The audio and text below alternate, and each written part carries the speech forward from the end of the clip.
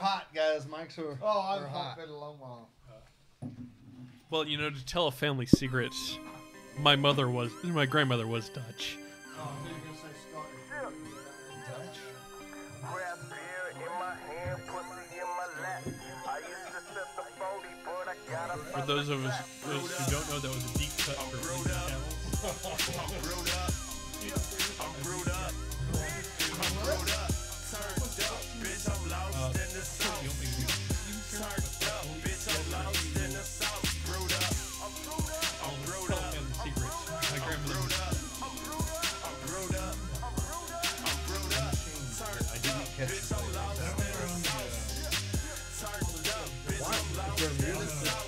Bitch, I'm the man when I crack a can like Stone Cold. Use both hands, living right through that chug life. Crab brew is what I like. IPAs, that's all day. Yeah. So strong that shit crack. Rap shows and collect pay. Living fast, that's my Yeah, That's my should be state. staying in the background. didn't need to hear that in my ears. Shotty bees and brew teas. Fans on, that's my way. More hops like Jordan. Sipping Bud Light, y'all so plain. I'm so Drinking beers and I summarizing. Ding some, my kicks crank. Y'all slow, better move lanes. I can't blame cause you so lame. Straight flex Got a with little no bit skunk strings. on that. Making plays with this no game. Yeah, you like beer, but we not the same. I think don't it's Wow, smoke, dude. no bang.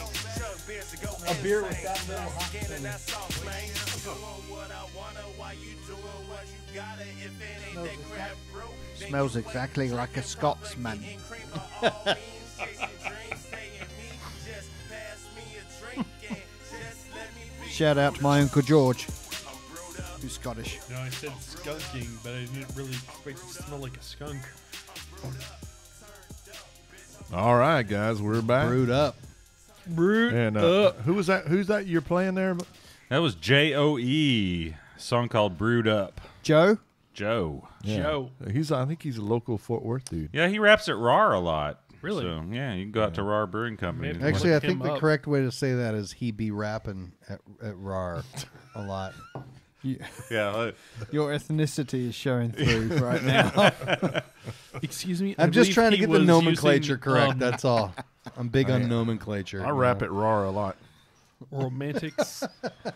Attributing Yeah, but that's not on poetry, purpose. Rapping. All right, so welcome back from the break. We are going to get into our main topic now, which is Malt-o-Rama. You know, we did this with hops. We spent a lot of time talking about specific hops and how to use them and what to get out of them. And we're kind of, And 100% reason why you do not put clear beer in clear bottles. to kind of veer off of the topic here, we talked about this Bellhaven Scottish Ale before and how much better it was because it was in brown bottles. And this Yeah. is a And half it liter. had been in clear bottles for hell as long as I've ever seen it, and now it's clean clear again. And, Holy oh my crap. God. I don't know how a beer with this little amount of hops in it skunk. is that skunky. Did you leave this outside all day, or It's been in the refrigerator. Were you ever Where was told it by before your there was a refrigerator? We opened it a lot. I don't know. were you ever Yeah. told by your parents that if you pull a face and the wind changes direction, you keep that face? What? Is that kind of like pulling your finger? what? No. He's saying if you make that face, your parents say, careful, your face will stay that way. Yeah. That's You- what he was saying. If you pull a face If and you the pull a wind face and the wind changes direction, then you're stuck with the face that you pull. It's kind of a But if you pull your finger and then you make wind, then what happens Whoever's to in your the face? wrong direction is screwed. why is it everything's got to go to the ass with you lot? Everything has got to go to the ass. It's the difference that a C makes. We're trying to discern the source of the wind. It's is not all the it ass. I thought it was arse with you guys. Well, I was trying to make you guys feel at home.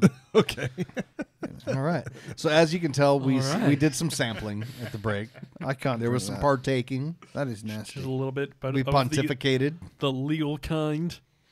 Yes, the legal kind, not like what this beer smells like, Not the Holy partaking cow. which is the kind. currently illegal kind. That is outrageous. I mean, I think that's the most skunk. That is one of the most skunk Yeah. beers I've ever tasted before. Yeah. It's pretty Of bad. all the cheap, terrible beer that I've had in the military, this is the skunkiest thing I've ever smelled in my life.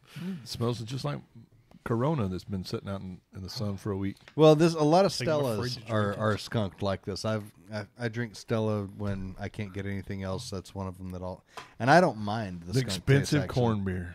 Yeah, it's what can I say?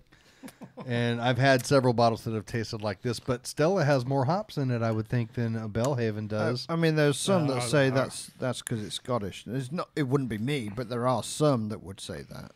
God. Yeah, well, You know. that's true. Well, Nigel made a good point. There's not much sun in Scotland, so So it didn't get skunked over there, then, right? It tastes like what East Texas roads smell like. Yeah, you're right. That's fair. You're Yeah, right. That yeah, is fair. Yeah. Which makes And you that's wish one you of the didn't nice have things air you can say conditioning. about East Texas. Yeah. Yeah. One. It makes you wish you didn't have air conditioning So- in East Texas. So let's get to our topic here because I Wheat. think we have a lot to talk about. We're going to talk about wheat malt tonight. Wheat has been used for brewing beer nearly as long as barley and has an equal diastatic power. Malted wheat is used. So what are they crossbreeding that with? I thought you said weed malt. Yeah. That's a little. So different, we're just bro. not going to talk then, right? Oh, We're just gonna- cannabis. Never mind. Sorry. Derail. New at Stubby's. I got you really excited there for a second. What I think, rail, Brandon. bro? Well, I do have my interests and such. My endeavors. All right. Didn't mean to. There throw you are under the certain bus. things that improve my welding ability. I'm finding out. Yeah. That's what we hear. Yes, Dude. yes. Bro. So malted wheat is used for 5 to 70% of the mash, depending on the style. Wheat has no outer husk and therefore has fewer tannins than barley. It's generally smaller than barley and contains more protein to the beer. Contributes more protein to the beer, aiding in head retention. But it is much stickier than barley due to the high protein content and may cause lautering problems if not given a protein rest during the mash. Also, that has to do with beta glucans in there. Right. Typically, the beta glucanase rest is in the same temperature range as the protein rest, and that's one of the things you're doing is breaking down the beta glucans. What's a beta glucan? It's like one more than an alpha glucan. Okay, what's a glucan? Is a gamma glucon next? What? A gamma glucan? Yeah, is that? You're skipping glucans now. For Del- those of Delta us There's who, a delta glucan in for there those somewhere. of us who didn't do great in I high school, honestly don't know what the explanation of what a beta glucan is. I know that it does. It contributes to the gumminess of it. If you brew with a lot of rye or a lot of wheat, and you've ever done just a standard mash with those, you'll see that it turns into a pail of mud Okay. at some point. It's really just goopy and muddy and sticky. And if you do a protein rest, which also acts as a beta glucan rest, it breaks those down, and you have a much more normal mash. It looks more like a normal mash, and you'll have a lot less chance of it getting stuck. What temperature would you do that protein rest at? Like 113-ish Yeah. is normally where I would But do it. then that you also put you in. So if you're doing a Hefeweizen, that puts you in your Your acid rest, yeah, right? and Yeah. well, and you get your man. You just threw me totally off the rails, but I threw you off the yeah. rails? So Oh, wow. All right. I threw everyone off the Sweet rails. revenge. Yes. Strike one up for the good guys. no, I was going to say that's what you do your rest at to get your what acid? God dang it! You just Ferulic acid. ferulic acid. Yeah. Which is closer down to 100 degrees. The ferulic acid is going to be in the lower range, which is also beta glucanase, if I remember correctly, is in the lower range. But acid and beta glucanase and protein all kind of fall Right. in that same range. And I think that was a good conversation I had with somebody this week about Hefeweizens, and he was complaining about he couldn't get that full rounded flavor that he was looking for, like a German Hefeweizen. And I told him the only way that I was able to do that is I'd basically just mash in my grains at about 98 degrees. You did tell me And- that. And then I slowly raise it up all the way up through mash out? Yeah. Mhm. And then that way you're able to get some of that ferulic acid production, which that actually translates into your clove, your phenol, yeah, your production. phenolic flavors, yeah. And we talked about that with Kevin when he was in here, what he was calling POF positive yeast, phenolic off flavor positive. Those yeast have the ability to create phenolic flavors in there, but they need the ferulic acid to metabolize in order to do it. So if you're doing Hefeweizens and that kind of thing, and if you're using a POF positive yeast and you would like more of that peppery, phenolic, clove type of flavor that you get from that. Yeah. An acid rest will help with that because it helps develop that ferulic acid that they can then metabolize into those phenolic flavors. Right, and I do that with my Belgian beers as well, because I think it's important. Because I don't think if you get that spicy, peppery note in there, and I think I think this is something to consider. I think a lot of people will go, "Oh, well, I don't really like a whole lot of that peppery flavor," right? Mm-hmm. Well, it's kind of like a balance Yeah, you're right. because you have to have. It offsets the esters. Yeah. Yeah. So if you have too much esters, then you don't want. I think it's all about balance. You don't want to have too much esters or too much Yeah. phenols. So I don't like hefes when they are just really, phenolic or all those phenols. I don't like it when it's real spicy. But I always do that because I think I always ramp it up in fermentation too in order to get a lot more ester production. So I think it balances out well. So you have a whole bunch of both. Yeah, well, different yeasts will put off different levels of them. The hef yeasts don't put off a ton of that phenolic flavor normally, and it's easy to accentuate the ester profile with your head pressure and your fermentation temperature. But the phenolics are a little bit more difficult without doing an acid rest. But also, if I brewed with rye a lot for a long time, and rye is along the same lines of wheat, where it's got a lot of the beta glucanase. It's high in protein. It's a huskless grain, and it can be difficult to brew with. You have stuck mashes, and it turns into mud like that. And if you have the ability to do step mashes, that protein beta glucanase rest makes a big difference when you're brewing with those. It's much more like a normal mash after you do that. So I highly recommend it if you can do it. Not everybody can. If you're doing it in a cooler, it's difficult to go from 113 to 150 or something like that. So that's my 2 cents on it. Possible, but difficult. Yeah, and I mean, I think anytime you're using wheat, just make sure you use rice hulls. Yep. Especially if you're going to exceed 25%, I would say. Yeah, absolutely. The thing about rice hulls is they're cheap, they don't affect the flavor, and it's a safeguard. The first time you have a stuck mash, you'll do everything you can to never have a stuck mash again. Absolutely. Yeah. So they're basically spaces, right, between the grains. Yeah, really. Yeah. That's all it is. Yeah. That's it. And normal grain has a husk on it already. So what you're doing when you crush it is you're just breaking the grain open and exposing the endosperm, and you're wanting to keep that husk intact. That's one of the things we were talking about earlier when we were talking about too fine of a crush. That's one of the downsides to it is if you break that husk up too much, you're doing away with the effect that it has and giving you spacing in your mash. And that goes, I think, well to, we have people consistently, I'm doing a brew in the back, double mill it. And we actually experimented with that a little bit. Yeah. And it virtually was no different.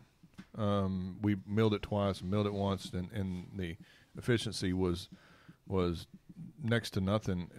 But I would say that when I watched Greg doing the brew in the bag, when he was actually trying to get all the water out of it, it was more difficult to get it out of the one that he was squeezing because it absorbed and all of that. It's like flour at that point. You know? There's no way that it can actually drain out because you don't have any husk left. Yeah, it's much more gummy. Yeah. I also tried to do a double milled batch that was meant for brew in the bag on a Grainfather, and I found that I got a instant stuck mash on that. Yeah, you don't need to crush that stuff into dust, and you really want the husk to just break open, let the insides out, but stay intact. That's your best. That's your ideal situation. Well, and I guess it's an urban legend or urban myth that people think that you got to mill the crap out of it to do brew in a bag. I just don't get that. And I think that goes back to a lot like the myths of dry yeast, where in the earlier days of home brewing, dry yeast was shunned because it wasn't very good, and I think the early brew in a bag methods did not work very well, and that came from that. Where now, with the equipment that we've got and the malt that we've got, and everything, you don't need that. Yeah, and it may be who you're getting your mill from. Yeah, that's true from too. Yeah, I mean, we've seen a picture of a pretty prominent homebrew store sending out what was supposed to be milled grain, and it looked like whole grain. Damn there, yeah. Like they had barely even run it through a mill. I've also run into local homebrew stores that propose to be very up in the times, understanding of how things are supposed to be going, and then not being able to get anything that's new happening, going on. Well, my friends in Southern California, they shop at a store that's a very well-known, prominent store. Now, this is my very first homebrew store that I used to buy from, and this company bought them out, and it's essentially not changed at all since then. But their mill that's sitting in back, anybody that wants to can go back there and turn a knob and change the gap in their mill. So the gap in their mill is never the same. It's a terrible mill. And I went in there with my friend, and I'm like, so you can just walk over here and turn this? And it's not even locked in place where they can't turn it. Anybody can adjust the mill any way they want, and that's a terrible setup. So how does OSHA allow that? They shouldn't. They probably don't. Right. Yeah. And I just outed them on the air. And since most OSHA people listen to this podcast, right? Yeah, I mean that's one of the. I mean, think about that. That's one of the reasons we have ventilation. Absolutely. We don't allow customers in there. I mean, it's dangerous and it is. and hazardous when you're breathing in all that dust. So that's why we make you guys wear masks. I've gone through over 100 hours of training just to tell me that was dangerous before I even walked in there and told it was dangerous. Right. So anyway, so let's get into the differences between the types of wheat that are available. And I'll be honest, this is something I'm not well versed in. I have not used wheat a lot. I think the core of this one is that I've seen a lot of times when we get grain bills coming into the shop, we get a lot of references because people are taking recipes from books and online that they normally, if it's wheat anything, it's white wheat. And they're looking right for that. And it's like, up until recently, we didn't actually have a brand that was specifically described as white wheat, even though more or less. Oh, my goodness. The beard has arrived. The white wheat has arrived. There he is. And he's all puffy and curly. It's cold. He's the torrified wheat, actually. So, like, a lot of times these come in, you find out that there are different kinds of wheat. And really what I think the problem is that, like, people don't know what they're looking at, what they're looking for when they see that these options are out there. I mean, I've seen some recipes. I thought, why did you add this into your recipe when it doesn't really need to be there? What are you making in the first place, you know? Are you making a lambic at home right now? Do you really want to have unmalted wheat in the lambic? Why are you using this much torrified wheat? Why are you using some of these things? Or maybe you're looking for something different and you've got some concepts, say, like, I want to use something in here to change this that's not quite as bold as something else, like a midnight or other roasted wheat. Yeah. That's like what we use in our Mojo IPA, our Black Mojo. Right. That's going to be cleaner in a lot of aspects, things like that. Things you just don't know that exists, so it's like that's what we want to talk about. The thing about a wheat doesn't have husk, so exactly. That's why a lot of times they're using like the Black Prince or the Black Prince, not Black Prince, Midnight Wheat. Midnight Wheat. Yeah, But there's other ones out there. I think Byerman makes one as well, but that's a way that you can add, some dark color to your beer without that. But to go back to astringent flavor and whatnot, so like you have the dehusked carafa. That's the whole reason behind that. But which has its own flavor, right? So explain that a little bit, because you're talking about the fact that it's roasted and it doesn't start off with a husk. Yeah, so you don't get much of that astringency. So you can get color without too much of that astringent roast flavor, and like acrid, right? And like if you talk about something, say like if we're jumping right to the roasted version of things, with wheat, you're not going to have that flavor that comes with carafa necessarily, like the dehusk. It's got a flavor, and it shows up. It shows up where like a lot of people don't think that it does. It's some color, whatever. It's there. Oh, yeah. I don't like it. I don't think that it's the same. It's a much cleaner. It even goes back to like wheat itself. A lot of times when you talk about any of these that have been coming from wheat, it's sort of the bready, maybe a little bit of a tart, sharp edge. Let's not skip ahead here. Let's get back to what you were talking about in the white wheat and the red wheat, because those Right, are right, when, right, when yeah. you're talking about recipes that you're finding online, finding in books, They're almost that kind of always thing. white wheat first. Almost they're, always white They're wheat.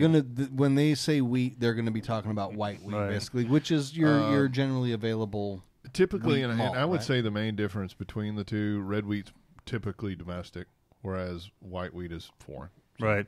And they're the same thing, though. More or less the same Right. thing. They're just a slight color change in the husk. And It's not really what you're getting from it as much. Right. I think it's there, especially at larger quantities, possibly, but it's just a different varietal, you know. So when you're putting wheat in a recipe, what are you looking to get out of it? What is it contributing to it rather than just using barley? right. There's a lot of different things. In fact, a lot of recipes that you'll see out there that have wheat in them in very small amounts. There are some brewers that put a little bit of wheat in almost every recipe they brew just for head retention. Right. Because it has protein. Because it has proteins, and It's the a good proteins idea. are what I've what I've cause used your some head retention. torrefied wheat for that, And especially we'll talk in about English beers. We'll talk about torrefied. We'll wheat talk in a about minute. torrefied coming up, yeah. But you'll see standard just malted wheat in a lot of recipes for that. When you talk about recipes that have large amounts of wheat, like a Hefeweizen or something like A that, Weiss beer, yeah. Weizbiers, Dunkelweiz, and all those kind of things. So, what exactly is the flavor difference that we're talking about, wheat versus barley, and why those are in there?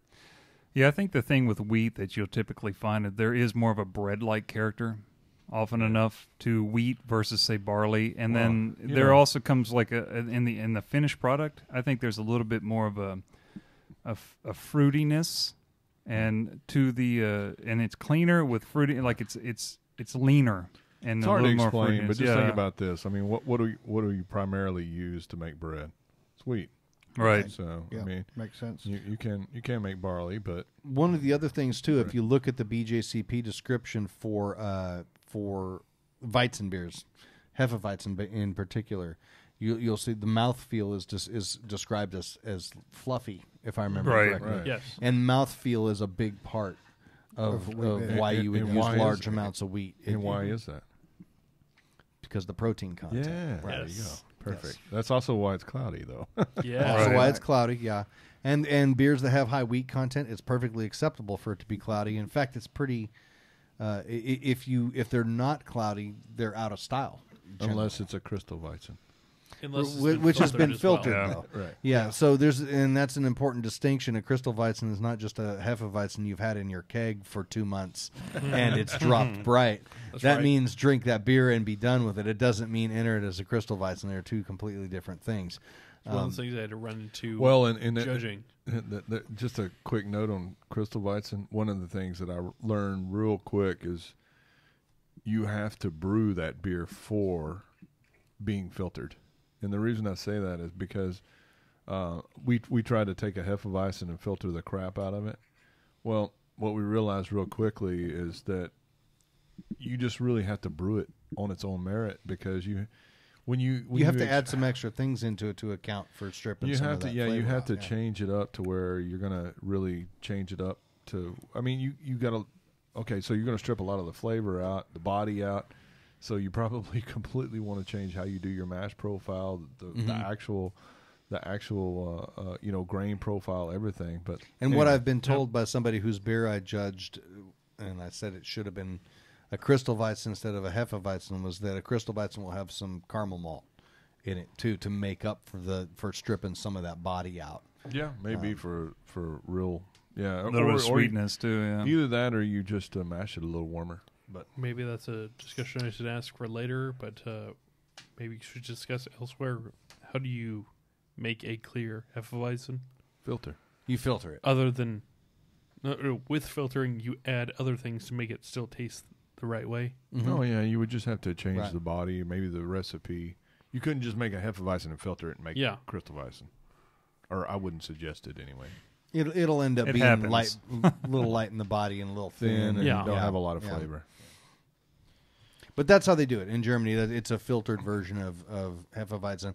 I don't think there's a lot of crystal malt in it, and my guess is it'd be like a 10 or a 20 lava bond, there's- something on the low Well, and end. that's one of Yeah. the things that a lot of people don't realize. Like we have, the Germans are really into low crystal malts. Yes. So, I mean, I we- am too. I have- don't like the higher ones. We have the Irix or the Irix We have a 2, I think a 4, a 6, 8, something like that, and then a 10. So I think we have Well, and when you get into Avant-Garde, they've got those low ones too. Right. And an Avant-Garde 8 Lava Bond caramel malt is actually a very sweet. There's a lot of flavor out of just an 8. And So no it's color, a different animal. No color. but a lot of flavor. Yeah, a lot of flavor. It's very sweet. So it's a different animal when they're adding caramel malt in there. It's not quite what you would think Right. of taking Breeze Crystal 40 or something no, it's like a very that. different you know? animal. And so the next one we're coming up to is a dark wheat. Really, I think the main thing is this is typically used in Dunkelweissens, but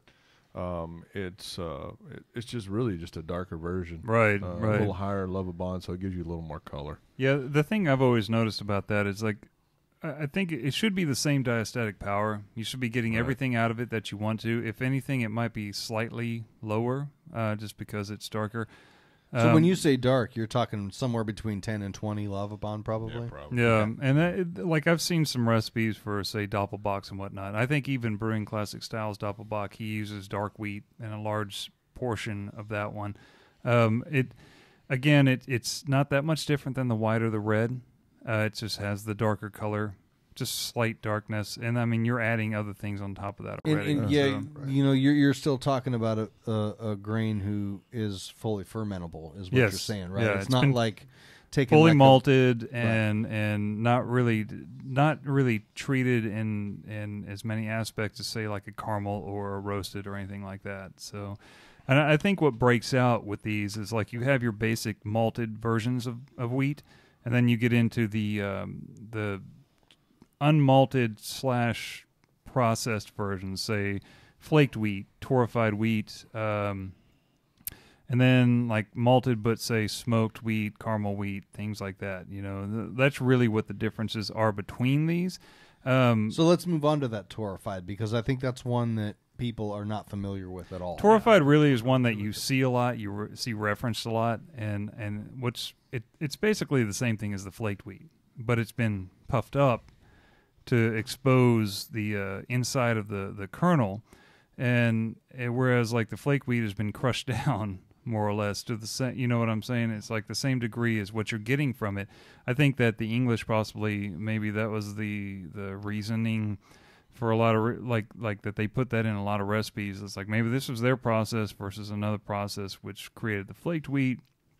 And they basically do the same thing. So the official explanation would be unmalted wheat variety where the kernels were heated quickly to cause them to puff up and pop to expose the inside of the kernel. Similar to flaked wheat in many aspects, but requires milling. In larger percentages can be more biscuit toasted in flavor than malted wheat, mainly used for head retention and not suggested to use in larger percentages. Exactly. So really, if you look at this, it doesn't look that way, but if you think of like corn pops or something like that, Like where sugar bears. or popcorn, Right. Yeah. The But same type of thing You where remember heat sugar it- bears when you were Yeah. a kid? Corn That's- pops that's- or popcorn. Well, that's Right, it's no matter which way you Very arrange the interesting. words, it's like that. Yeah, It's not quite as puffed up as like a sugar bear is, but it's kind of like in between actually popping Yeah. and it just like when you look at it, it's much smaller than you would expect it to Yes. be based on this description, but it's the same basic principle. in comparison to actual wheat kernel, it's bigger. It's just not that much bigger. And I've used this before. I've used this in saisons, and I think the important part of what it just said right there, in my experience, has been to use this in very small percentages. Yes. Again, protein, starch content, especially for and historical it's styles. unmalted. Yeah, unmalted. You're putting this out there, and it more or less it should be used to boost the head retention and possibly add some body to the beer more than Right. anything. You know, so I mean that's really what You're you're not looking looking for. 'cause for you're not a getting lot of flavor. Yeah, out of this. exactly. Right. Exactly. I've used it in a lot of my English beers. Or I say a lot. Some of my English beers, mainly for head retention. But I think that whole bready toasty bit. and that is an English thing. I mean, Right. torrefied wheat is an English Yeah. thing. Yes. I mean, Yeah. But it- I think we do have Exactly, the Tories. It sounds English. Right. Someone's been reading Well, fictional novels.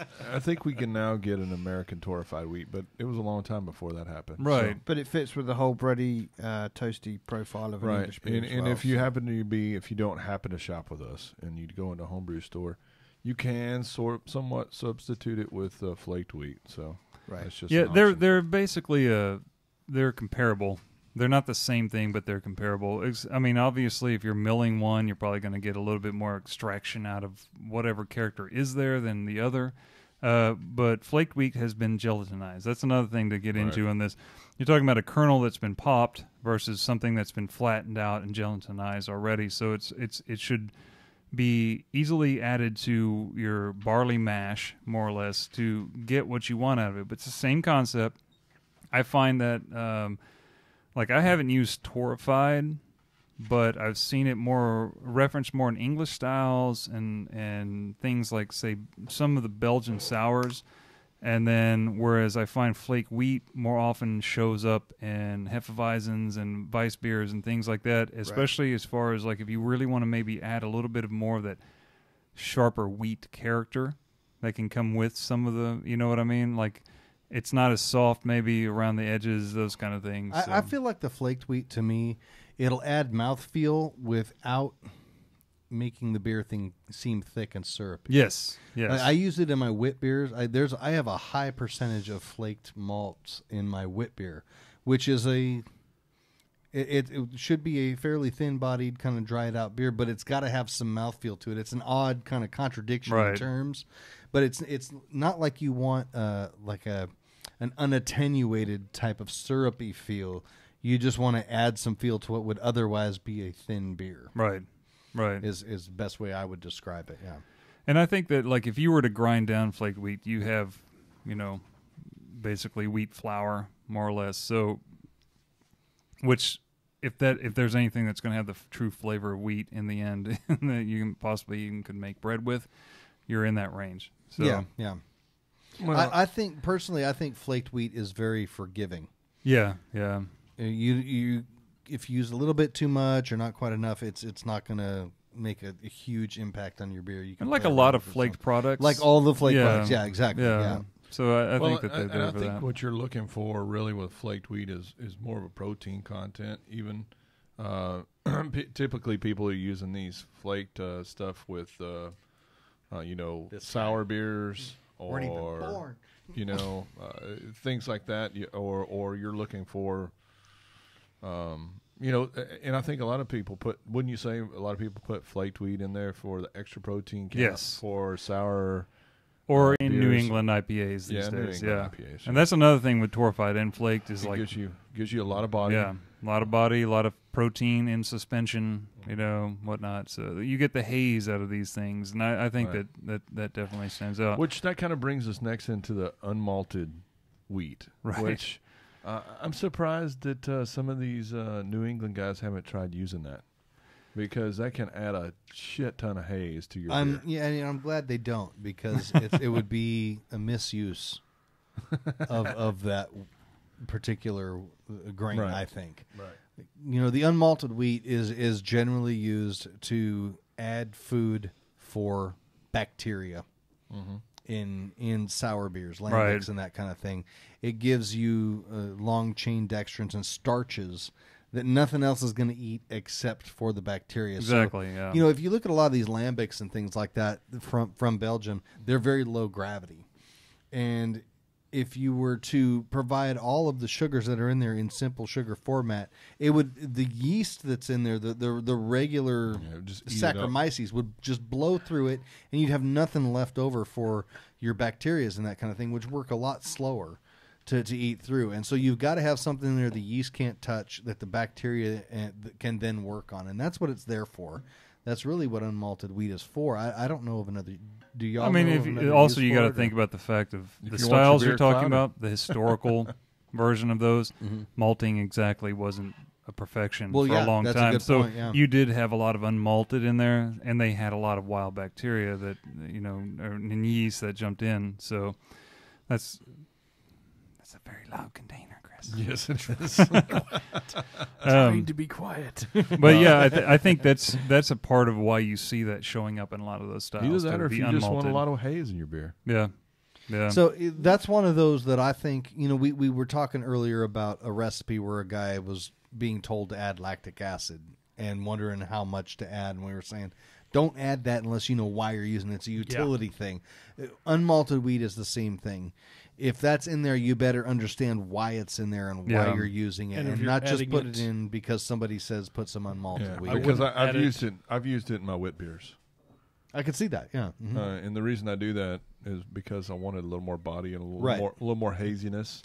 That beer, when we went over that in the Belgian discussions, we talked about how that beer is kind of the antithesis of some of the other Belgian beers in that that one has to have some mouthfeel to it. Mm-hmm. It's not going to be the super dry, super drinkable beer. Right. It's a very drinkable beer, but it's got to have a little bit more substance to the body. And that's why I use a lot of flaked wheat in mine. Yeah, well, and I do too. I just think it adds a new little Yeah. element to it. Yeah, you're right. And I mean, really small percentage, maybe a pound in a 5-gallon batch. Right. Right. Did you? There's one question about the unmalted is that the fact that of what it is. Wheat is supposedly much harder to mill because of the I They're think really it's hardness. hard. Yeah, I think it's I think the it's kernel. even harder when it hasn't been malted. right. Now It's that's kinda- one thing I've never. I don't think I've ever actually milled any unmalted wheat that I can remember. It's I just strange. yell at mine. I guess it's Damn you! You worthless grain. Eventually it breaks down. I think I guess the best way I can explain it is it's not the durometer maybe not as hard. I mean Right. it's kind of rubbery. I guess Okay. is the best way I can say it. And it may be because it hasn't gone through that kilning process as much, And it That's hasn't what it hasn't It's wrecked not our as brittle. mills. In other words, Yeah. like when you're milling it through, it hasn't actually caused a problem. Yeah, and I mean it's really light colored. I mean it's white, Yeah. damn near. So I mean it's or It is very off-white, I pale. guess. Yeah, it's very pale. I'm not making the joke here. Is it as white as So let's get Brandon's into rap smoked wheat. references from earlier? Smoked wheat. Smoked wheat. Smoked wheat every Why does day. my rap references? Yeah, from earlier. Everybody likes some smoked wheat Don't every day. get me started on hip hop. The only smoked wheat that I'm aware of is the oak smoked wheat, which is used for Gratzers. Right. Grozatskis. Grodzisky, yeah. Grodzisky. It doesn't seem to Grozotsky. take Oh, on you ought to like anywhere my near as much Grodzisky. smoke flavoring as the regular oak flavor malts. There's not a beach smoked wheat Nope. malt? No, there's I'm some aware more. of There them. may Okay. be, but we don't. I've never seen it available. If you can smoke a malt, I mean, Yeah, and it's really strange. Like I mean, Fucking A, man, I my- smoke Smoke a malt. Wow. you can smoke some wheat Smoke The- weed every day. Smoke weed every day. jeez. That's a beer. You've redeemed yourself That's a now, beer man. at Chimera. That's a brew. Yeah. I think that's a Gratzer Awesome. actually. Yeah, that they do. yeah. It's called smoke wheat every day. Smoke wheat every day. Wheat. Wheat. But yeah, that's I mean, it's typically, I got to say, we've had the environment stuff here, and I've tried making those beers with that, and I just can't get any smoke flavor out of it. I've tried really? really hard. too tame. Yeah, it's really light, man. I mean, even if you smell Which it, is unusual for anything Yeah. with oak smoke. Oak smoke is Yeah. very Yeah, dense. normally a very dominant smoke yeah, and that flavor. may It be kinda why takes over they everything. dial them back. Like Shrinkerla, they make their oak smoked And that is a- Doppelbock. Yeah. Oh, it's so awesome.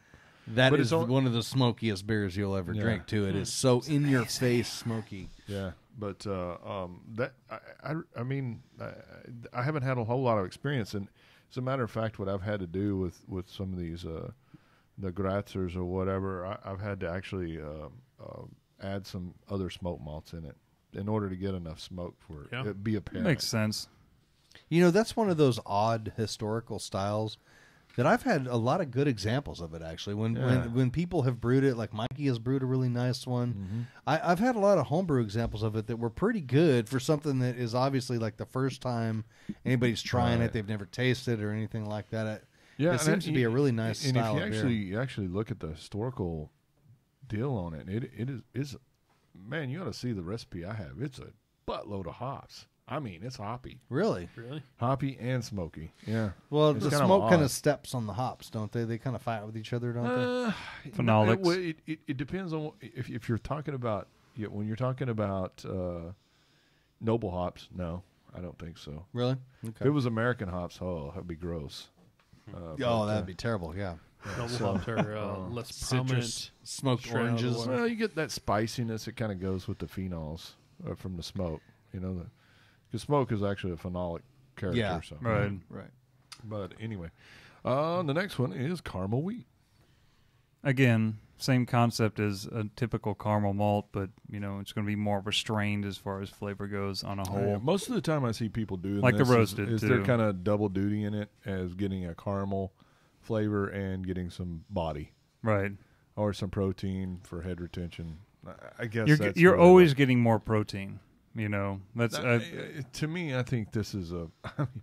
I don't want to offend anybody, but it's kind of like this. This is a malt that I think is way specialized. Whereas I could do the same thing with something else with some wheat and some caramel malt. Right. I just some of these new crazy specialty malts I just don't understand. It's like, okay, that's cool and all, but what the hell are you going to use it for? Well, I would say between this and roasted, something like the Midnight, or the chocolate, I would rather use something like the chocolate or the Midnight over a caramel. I mean, it just makes I more get that. sense because you It get does a make lot more more out of sense. it versus the caramel, which Well- I think is much more restrained unless you're looking for restraint, maybe.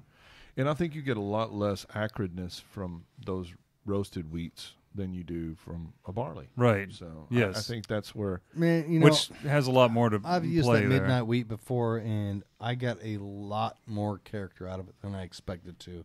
And I thought it was harder to work with than roasted barley was, personally. That was my personal experience with it. I've only used it once or twice, but I thought, wow, that had a ton of character in it for what I put into No, it. How much it's one and of those what? things you got to use a little limited. It's limited very, amount. very darkly roasted. Oh, the hell lava yeah. bond on it Yes. is, like 500 or 600 or something like that, Yeah. isn't it? Yeah.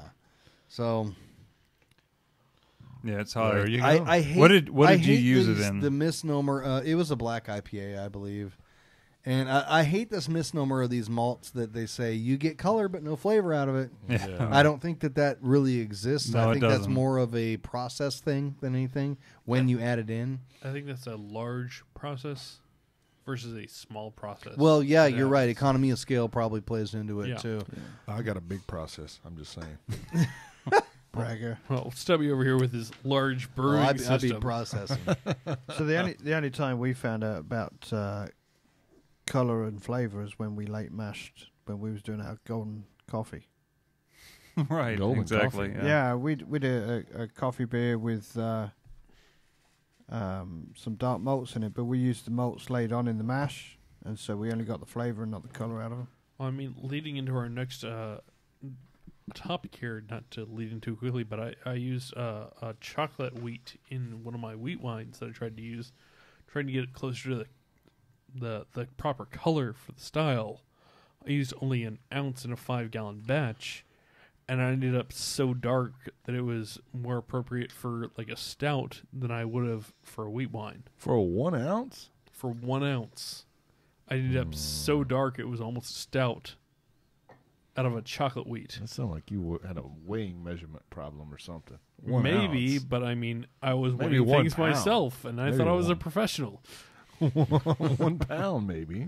I just have a hard time thinking 1 ounce 1 ounce. because we put 1 ounce of like roasted barley in like reds. Yeah, but I used Yeah. 1 You actually ounce go of 3 ounces in a five gallon batch, Yeah. and that'll make it red. Yeah, that's what I'm saying. Yeah. It's, I used 1 ounce in chocolate, 1 ounce of chocolate wheat in a something happened. 52% wheat beer. Something happened because you wouldn't be as dark as a stout. Did you Not- smoke not- wheat every day? I didn't smoke wheat every day. Wheat. Wheat. No, that's odd. But still, it was a large. Did you put it difference in into color. brewing software beforehand to I kind of did, estimate and what the color was and going it to said be? it would be a dark golden color, and it came out to be just short of a stout, light stout color. That's It was interesting. it was a very dark. So it should have been gold more color. like maybe 19 doing SRM, extra? and it was more How like many Smurfs did you 35, throw 40 in? Yeah, SRM. yeah. It was blue. Not blue, but it was definitely closer to 30 SRM than it was to 15 SRM. How many Smurfs did you throw in? Only like 3 or 4. Because they get dark when you boil them. They do get dark when you boil them. Yeah. All right. And the silence. That's a first. Stubby just puts his face on the microphone and shakes his head. I never thought We were a Smurf waiting. would bring down the whole show. Well, I think the main thing about this, like talking about the difference between these, is like, again, you're walking in a lot of times, and most people are coming in saying, I want specifically white wheat malt. Yeah. Do you have white wheat malt? And it's like, look, Well, yeah, there's what's wheat called malt, white wheat? and that's really all you Where really do you need get for what off? you're looking for. Yeah, but we have both. We do, but like what you're looking for is just a wheat malt, a malted right. wheat that's going to be a core component of the recipe. That's what you're But wanting. if I was making a Hefeweizen, I would never use red wheat. I'm just saying. No. Most of the time, if I find recipes that people think are the best versions, it's a blend. Yeah. It's a little bit of red, it's a little bit of white, even some flaked. Not necessarily who the won others. Stein 2 years ago? Oh, it's throwing it out. Yeah. I think that was Nate. It was Nate, but I brewed it. A new segment called Stubby's Scoreboarding. But yeah, anyway, that's a concept about wheat malt. Just so, because I think a lot of us come in and it's a territory that not many of us, I think, really dig into until much later in the brewing. So, And it's one of those, if you're doing all grain brewing and you're doing a Weizen or something like that, I really feel like you got to be super, super careful with it. Too much wheat will ruin your day. So remember the protein rest, remember the rice hulls. It's like a yes, it's very- always with the rice hulls are hulls. cheap insurance. Yeah, So, Even getting too much inspiration is too much, right? what? right. Oh wait, All right, so should we there's move one on thing here that we to- didn't hit, What's that? which I don't know whether or not Stubby's ready for it, but What's that? did you want to do a coupon code?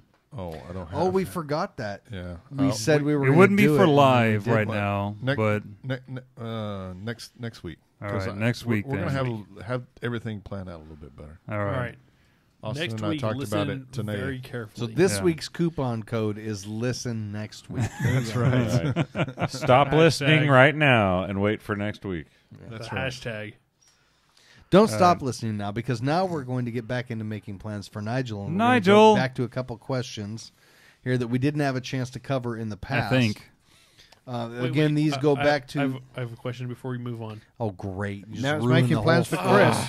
You're I'm letting so the sorry. beard. You're letting the beard. I am use letting the you. beard interfere because it's a good question, unfortunately. Okay, what's the good question? How finely should you mill Put that horny wheat? toad down. No differently than you mill anything else. That's what I wanted to hear from the professionals in front of me, because that's the answer I would have given. Right. Thank you. Moving on. Wheat, I think, actually is a little bit more forgiving in that respect, because you don't have to worry about destroying the husk at all. Yes. No. It's just going to be paste in the bottom of your mash tun, Right. regardless. Right. Good luck. As long as it's less than 51% or less than 50%, you don't really need to worry about it, right? Yeah, but what's worse is rye. Man, that Yes. stuff. Yeah. Let's not even go into that until next episode. that looks like cement in the bottom of your mash tun. There's what in your mash tun? Cement. All right. So Seaman? Nigel is over here signaling that he would like us to get to 2 of his questions. No, just number 2 Just number number 2. to start with. anyway. That's What's number shit. 2, Nigel? It's always with the bottom with you, Nigel. It's with the Again. arse. Number 2 is one that we have discussed several times on here, but I think is always a good topic of discussion, because it's always something that comes up, whether it's in the store or on message boards or on forums or whatever, and that's moving to all grain. Is it the next best step? And this is No. something that I know Stubby has a lot of opinions on. Personally, I'm a big proponent of moving to all grain brewing for the right reasons is the thing. So that I think is where you begin to delve into this subject is, should I move into all grain? Is it the right thing to do next? And the answer to that is, what is it you're expecting to get out of moving to all grain, and have you done these things already? I also Yes. think belongs to where you currently are in your brewing life as well, right? Right. Yes. Now, Well- one of the things too is we're seeing brewers start off like Chris here, All right. start off all grain brewing. I these did days. because I came in Well, to the the grain store. fodder, you know. I came into the store. The equipment that's available now makes I it much had the better. money. Yeah. I said I want to start brewing. I said I have this amount of money to start out with, and one of the people in the store said, "Well, if you have that amount of money, why don't you start out with this, the grain father?" And you skip all these steps. You can brew inside this house. You can brew in your apartment. You can brew in your tiny kitchen. All grain. You might as well. You skip all these steps. Why not? And So I you saw know no when you reason left not the to. store, they all made that hump in the air motion, right? No, we did this. We did this. Yeah, knocking it out of the park. No, but that is a really good point. In there were that- two of them making that motion, but to be truthful, one of them wasn't really paying attention. So One of them was me, and it was actually more of a cricket swing than a baseball swing. Oh, so it was like a gay baseball. really, all Ouch. grain gives you a It's a good job you carry on talking, though. wider starting point. It's if you start out with extract, you start out with you do this or this or this or this. Whereas all grain, you start out with a full cookbook instead of the Yeah, beginner's and I agree with guide that. to See, I making don't- food for Where yourself. we get Right. hung up on this, and where Stubby has issue with this, and where I 100% agree with him on this, is the brewer who says, "I think that my beer is not as good as it could be, and if I go to all grain, I'll brew better beer." Right. And that's Wrong. That's Yes. wrong. Totally I think wrong. it's- I think it's- And ultimately, here's the problem that I see with people. And ultimately, this is a selfish reason, okay? But here's the reason that I try to keep people from doing all grain. I think it's a little different when you have a grain father, and the reason being is I think when you buy a grain father, when you first start out, you're committed. You know what I mean? that's a very good point. Yeah, You got $1,000 invested in this thing, so I think you're a little more committed. But And you have a lot of control. and you have a lot more control, Yeah. than you do maybe in a cooler or something like that. Oh, yeah. But I think ultimately what I look at is when I'm trying to help people brew better beer, ultimately I'm looking at attrition, okay? And when I look at attrition, I want people to continue to brew, right? And what I see so often, it happens every day. I have a guy brew 2 extract batches. They come in and then they do 1 all grain batch or 2 all grain batches, and I never see them again. Yeah. And I think a lot of it is, number one is they go, holy shit, this is a lot more work. I don't know what the hell I'm doing, or they may have a terrible beer. So I think a lot of times they put the cart before the horse. They're not ready to really progress into the all grain. And I think really what you have to do is you have to look at it as what's going to. And I think even before I would go all grain, I would get a kegerator, man. yes, Absolutely. yes. And the reason I say that is because I'm not looking at it as necessarily a, not necessarily looking at it as an It's about improvement in enjoying your- it. Yes, It's exactly. about enjoying it. Yeah, Because I think it's going to make your overall impression of home brewing or what you enjoy a lot more enjoyable by kegging, man. You know? Your kegerator Yeah, and your controlled fermentation. So, like, Yes. you need Yes. Yeah, that's the key. 2 situations there that make any recipe better, Really, no matter how you did it. Yeah, So- and so I mean, my process for people beginners, if you start out with extract's really inexpensive to get started with. You can get started for less than $200, and you can make a lot of improvements and do that. But the first thing is get a bigger pot, do a full boil. That's going to make a huge Right. improvement in your Absolutely. beer, right? The second thing is get temperature control. That's going to make better beer. giant Third, difference. Get you a Yes, big. kegerator. If you're not going to use dry yeast, we'll get into yeast growing starters. Doing that sort of thing, and then move into all grain. So I was Well, your and one- model customer then. What's that? I was your model customer because Yes. I followed pretty much all those steps as, Right. as the guys advised me through my early days. Was And as a result, I think that you saw very absolutely right. quick success Yes. in your brewing. Yes. Both in your happiness with your brewing and also in competition. Yeah. I mean, And let me ask you this though: yeah. what's your best beer that you made so far that you were the most proud of and you thought was the best beer you ever made? Was it extract or all grain? Currently, That you That's- were proud that, of. well, not that's that was that's the a tough best. one because the one that brought me the success was the extract ESB Better. from 2 years ago that Right. got third best to show at Bluebonnet. Right. Third best. But to I'm show. not. Yeah, but I'm not sure I In know how good that 1600. beer was. No, it was good, dude. Right. It was good, but I think you are brewing better Right. now. Now, I do think you took a step back when you switched to all grain, and it absolutely took did. you a while to get back Ab- up to where I you were. Absolutely did. And that goes. Chris is over here, and he's showing me a message. The other Chris, not the on-air Chris, the off-air Chris, the beard, is showing me a message saying, and this is something that I said on my very first episode that we did on this show, where we talked about moving from extract to all grain, that going all grain is an opportunity to screw up. Yeah. There's so many It variables. brings into play so many other times to make mistakes. And that's one of the things when we talk about, Chris over here started off all grain with the Grain Father.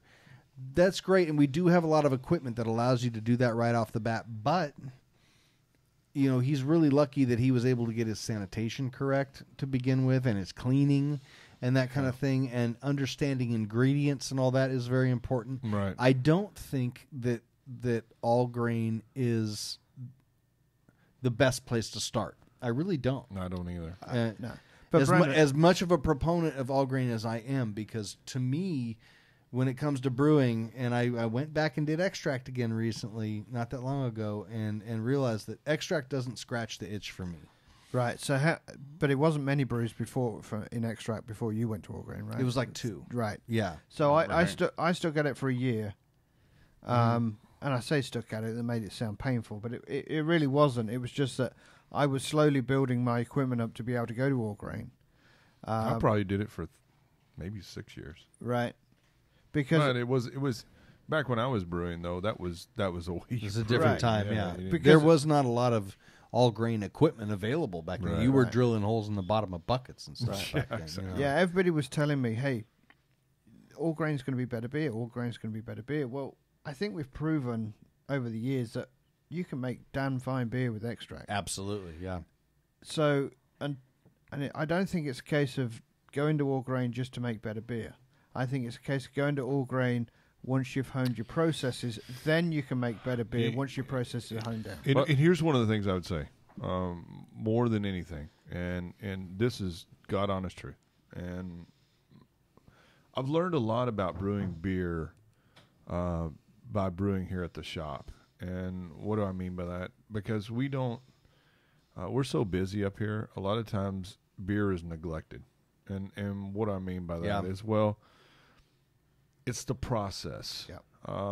If you let stuff sit too long, I think more than anything, the problems we have experience up here is oxidation and problems of that nature. But, if you have, I guarantee you, if I wanted to brew, if somebody came to me tomorrow and they're a pretty good all grain brewer and they said, I can brew a better all grain beer than you can an extract, I would say challenge accepted. And the reason being is because it's all about the process. It's all about fermentation. It's about yeast. It's about your yeast. A lot of that. Now, that's not to say that you can't have problems with extract. There are some fundamental problems with extract. I think it depends a lot on the style you're talking about. Yeah, that kind of thing. that too. is true too. But we recently, that's one of the reasons that we recently changed to all dried malt extract in our kits. And the reason being is because even though we were getting fresh extract from suppliers, we noticed that they were having some darkening issues, and we were like, hey, Especially man, wheat.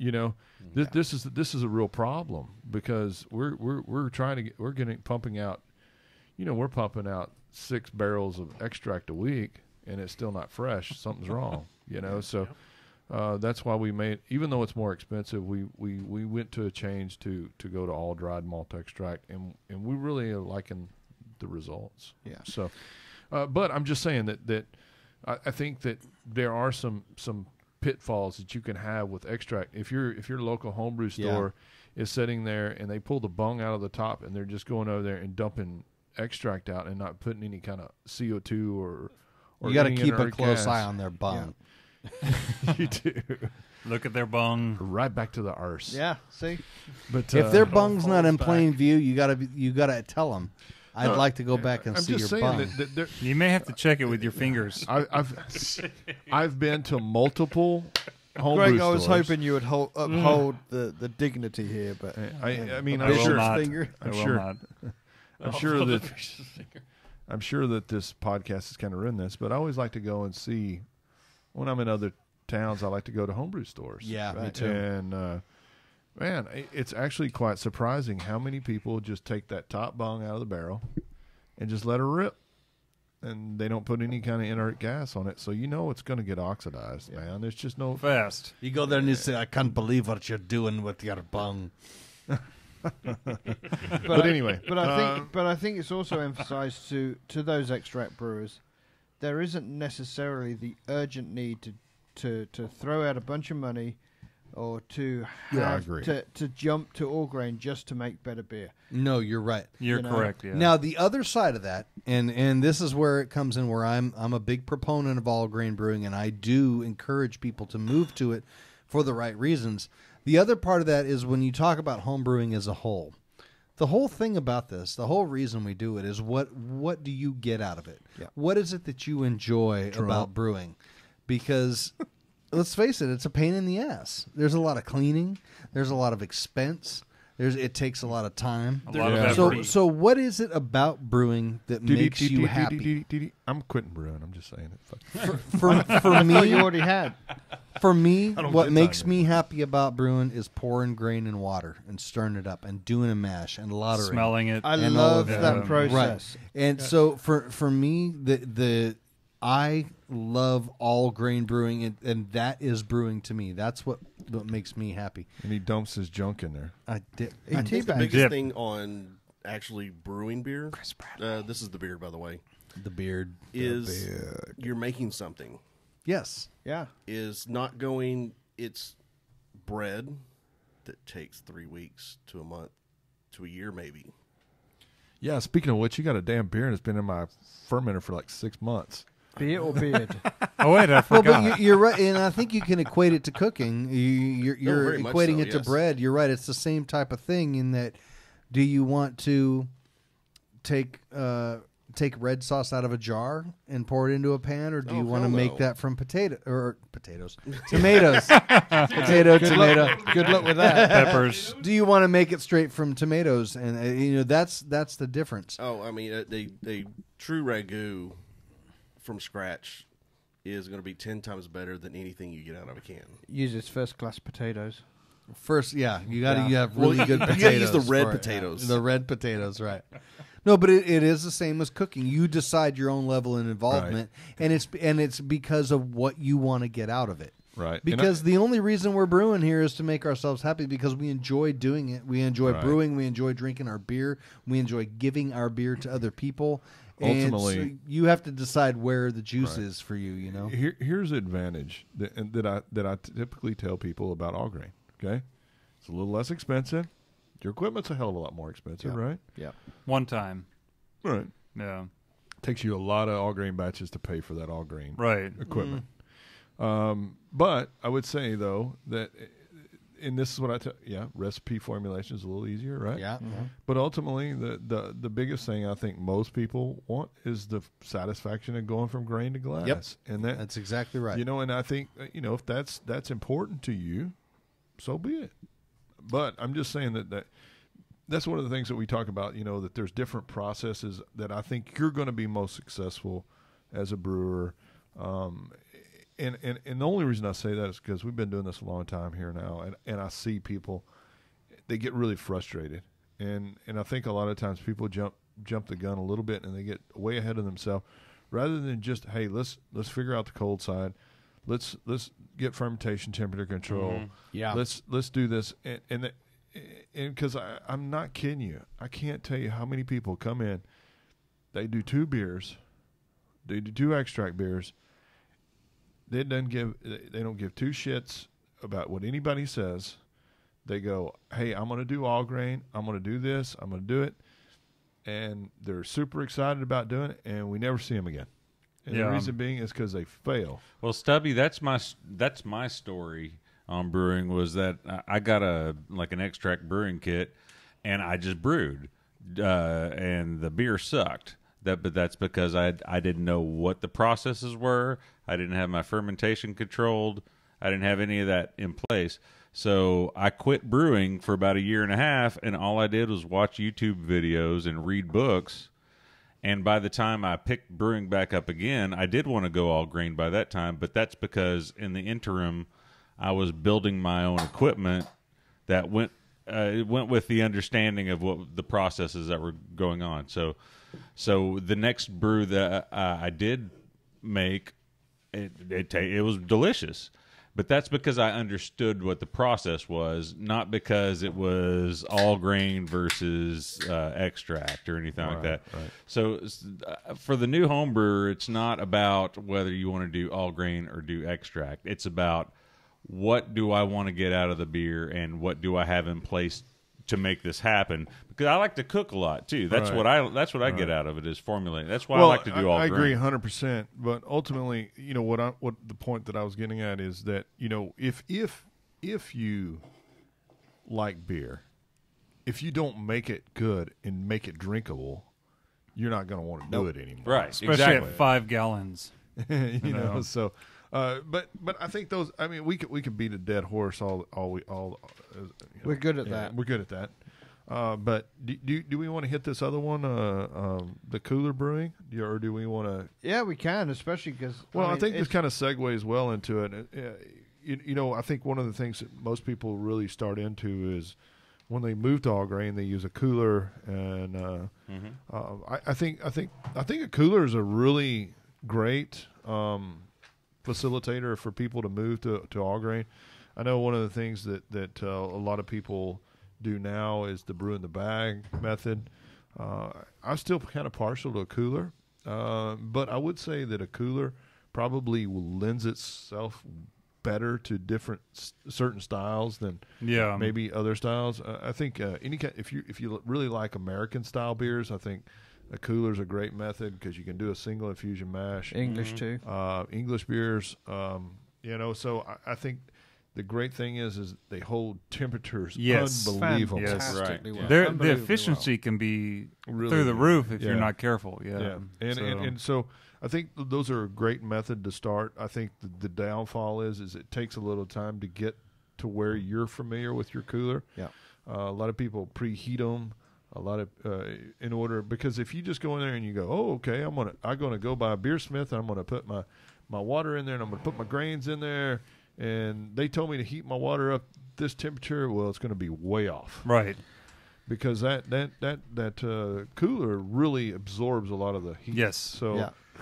it So- sucks it out. Really See, depends I on have which a big region problem you're with the using it in, preheating too. thing. really. I think it's a very inexact Oh, it science. absolutely is. Absolutely. And I think that you're much better off just if you're just always having your cooler in the same environment before you mash in, and you get used to what your heat loss is, the same way you do with any other mash tun. But if it's 70 degrees outside one day and 40 degrees outside Well, don't the next, keep it outside. But if you're brewing in your garage, right? That's So many keep people it are- That's inside too simple. until you go to brew. okay. The same But if you temperature. preheat to 120 degrees every time, you're at 120 degrees every time. With how much water, for how long, under what circumstances. Remember, you still have heat loss But you're due still to in- outside But temperatures. you're still in control of those. See, I different disagree. parameters. I just always made sure that my mash tun was in the house. And Not everybody's got that opportunity. I mean, you can't put it in the house overnight before you go brew the next day. Don't get in but the I mean, closets, the house man. temperatures varies too. I mean, they're more constant than outside. but It's they- more they do consistent, vary, but- and I found that I pretty consistently had like a 6-degree temperature loss. Okay. Very, very consistently all the time, no matter what the time of year was. If I just left my mash tun in like by my couch at night before I went to sleep. So here's what I found. Having brewed with coolers for 2 years, okay, I found that if I preheat 1 gallon of water, just 1 gallon of water, to 120 degrees to preheat while I then heat up the strike water. Using Beersmith, put in the grain temperature in, put in the whatever the other parameters into Beersmith. It gives me what temperature my strike water needs to be at for when I mash in. Then it obviously there's a bit of temperature loss, and I'm normally within 1 degree. Well, that's pretty good. Right. That's pretty good. But and that's hence the question on the paper is how do I narrow that in even further? Well, let me ask you this. To be even more accurate. In your preheating ritual, when you're doing that, you've had your mash tun outside, right? Right. So do you get the same results with that same process when it's 40 degrees outside than you do when it's 90 degrees outside? Yeah, pretty much. Because like I say, the 120, I'm always putting a gallon of water in there. I say exactly a gallon, as far About as, a gallon. Yeah, it's about a gallon of water each time. And like I say, then I'm topping up the water in my kettle for my strike water. So I'm always keeping 6 gallons in my kettle for strike waters, just to make sure that I've got enough in there to hit the temperature gauge. But it's a wet beer. Anything I can do for consistencies, I keep up. See, that's what I think the key to it is consistency. Right. It's just doing it the same way every time. And I hit success relatively quickly as far as consistency goes early on, and I've maintained those processes. Now, I know there's formula out there that you can go online and find. You got to put your water volume, you got to put the temperature of your water, you got to put the quantity of grain, you got to put the temperature of grain, there's all sorts of different information. I don't think they work very well. Right. So again, how do I narrow down everything to be as consistent as I can to make sure my strike temperatures are going to be... I think if you're in a cooler mash tun, actually, if you're in any mash tun in a home brew situation and you strike and you put your thermometer in and you're within a degree, you're pretty good. Right. That's pretty I don't know damn you're good, going to do really. much better than that. If you're within 2 degree, I say you're pretty damn good. Well, you're within the error factor of your thermometer. Absolutely. Right. Yeah. So Nigel has brewed. Especially those ones Brandon sells. Nigel's brewed twice, and basically the last goodness. week or so. And you did this twice in the last week or so. Yeah. How do you feel about what you got? As far as I know, your last one was erratic as far as what temperatures you were getting, but like when we brewed the Golden Ales, it's an experiment for later. Yeah. You didn't hear that. What do you think was? So I brewed at Greg's. So I actually took my coolers out of the environment that I'm used to and took them over to Greg's. Again, preheated water to 120. Put a gallon in each. Maintained my processes to be as consistent as possible. I think I hit pretty much strike temp within, again, 1 degree, maybe. Seemed like, and you held it too. Yeah. I mean, and we discussed the it wind direction. It felt like it went up. Yeah. Yeah, we discussed wind direction as far as my garage normally always faces due south, whereas Greg's garage faces due north. So wind direction may play a part in cold wind or warm wind coming in from whichever direction. Yeah, remember going back to earlier when we were talking about brewers overthinking things? Yeah, but you say that. But because the wind comes out one direction or the other, the temperature loss in the cooler does vary a little bit. Oh, yeah. Now, during the mash you're talking about? Or Yeah. are you talking about strike temperature? Yeah, during the mash. Striking. Mash. During the mash. Oh, well, yeah. Yeah. Absolutely. But so he started there to try to get to a certain point, and it was happening the whole time. So I mean, that would continually change the cooler as he was. Put you know what your I'm saying? mash tun in your house. But it also comes You can't down do to that with an how open precise is your garage thermometer. door. And, Right. You know. No, you're right. There's a thermometer. You've got to know what the error factor on the thermometer Those is. always smell good. What, Does- thermometers? No. Can I ask What? you a question Air about factors? Bishop's finger. about There are some thermometers that don't smell good, and they also don't taste good, and they're called rectal thermometers. Oh Lord! How do you know how they taste? That's how you know the difference between a rectal and knows. oral thermometer. Oh, he knows. One tastes like shit, the other doesn't. Right, yeah. Okay. But gotta have as a far as tester. the Brew software that you're using, because I've heard you mention Brew Target I use Beersmith. or beer. Beersmith. That's what I meant to say. But I've used a software called Brew Target that I found free on the internet, and it does ask you for your mash tun temperature. Right. Does that is that in Beersmith as well? Yes, it is. Yeah. It So is. so you can get a kind of an ambient temperature Yeah. reading on your mash tun and dial that in, and then get your strike water Yeah, and grain modified. grain temperature. Yeah, grain too. temperature as well. Yeah. Yep, absolutely. So, I mean, I have found that those are not any more accurate than getting a feel for your. But I've always equipment. gotten within, for my mash tun cooler. Well, and once It's nice. you see, but once I got a feel for my equipment, though, I've always gotten within a degree. Also, when I was brewing in a cooler, if I just left the grain and the cooler in the house, all well, the and time. which I did, but I would get that Yeah. ambient temperature I could reading pretty to much count on a 5 or 6 degree temperature loss, and that was about it. You know, if you do the same thing the same way every time, right. you can figure it out. It is my thing. Which it And- sounds Brandon like is that's correct. what Nigel's doing, is doing the same thing every time and getting you have a well, baseline and for it. I think the software is giving you a starting point. Right. So the software and my consistent processes kind of narrowed it down to The software won't do any good if your processes aren't consistent. right. You know, Well, So you're the other saying part you're of able- this But is it the takes, fact that takes you both to make it work. So Nigel, you're saying you're well, anal, see, right? I've done it without the software. As long as you do the same thing every time, is my point. There's the heating the mash tun. There's going with the software calculations, and those are fine. I'm not saying don't do that.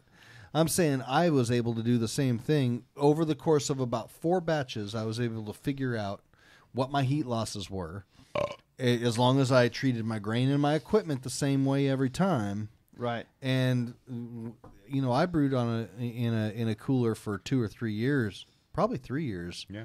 And was able to hit my temperatures pretty good within a degree. Well, yeah, the practice is part of it, but like one thing too is like you're not always brewing at home. You want to be able to pull that out. Well, you're right about that. To find out what you're going to do the best thing when you take that to someone else's house. But like that's tomorrow, the thing. Pete's- Even if you're using software, if you change the circumstances, that software equation is not going to be the same.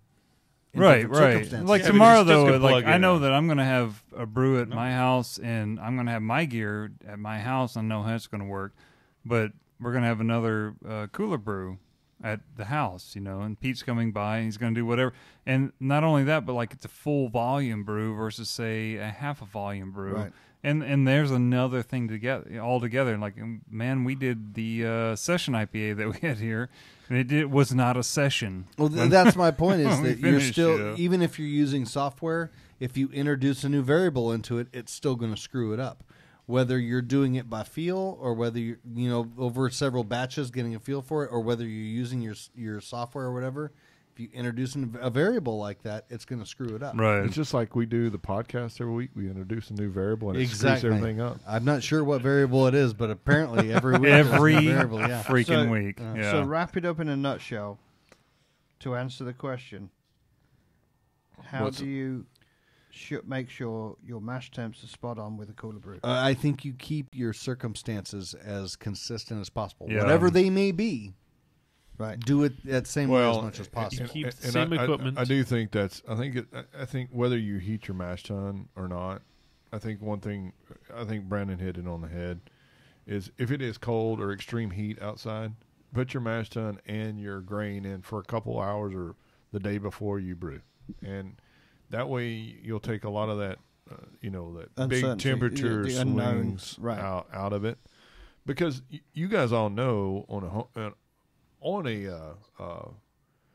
a cooler, the huge advantage is if you hit that thing, It you hit holds the it. temperature. Yeah. It's not going to change for that whole freaking hour. If it You does, use maybe a degree, maybe a degree. Yeah. yeah. So, And I think you actually, actually in a cooler, I think you may have more consistent temperature throughout the mash than even you do in a rims or a Herm system. I'd Yeah, go I with think that. you're right. Unless you're doing a constant recirc. Yeah, I think you're right. But I think even then, you know, because you got cooling and heating. And, Damn, and Chris. you got cooling. You got cooling and heating between the pump and the hoses, and it's got to be changing temperature. So, Right. I think the key to that is being able to make adjustments too. Keep a little bit if you're out of your normal circumstances, just keep a little bit of boiling water on hand. Miss Right. a little bit low. If you're gonna miss low, low. and add some hot water to it. And or have cold water. Hit high, I think that's harder to do. maybe. On a whole, yeah. The other difficulty I found, situations I found is like with every mash tun, I'm sure, is you have hot spots and cold spots, and you have, regular type of mash temperatures. So whenever your temperature probe is in there, depends where it is, depends what sort Yes. of temperature you get anyway. Yeah. Well, and I think that's one of the things I think is great about a cooler. I think you get more I think you're right consistency about that. Yeah. throughout your whole mash. Yeah. I really do. I don't think you're going to get cold spot. Well, like in your rims, or a Herms, where you're recirculating and maybe not an insulated kettle. Those outsides are going to be a little cooler than the inside probably. So. I've also found that the more grain I have in my Striation. mash tun, the more consistent it is, and the Yes. better it holds. Oh yeah. The fuller your Yeah. mash tun, the absolutely. more consistent. Well, it'll and be. that's one of the things we noticed a lot when we were building the barrel and a half systems. We were putting big Herms coils in, and I was like, you know what? Really, once you hit the temperature, you really don't have to recirculate in order to maintain temperature. It pretty much stays there. But if you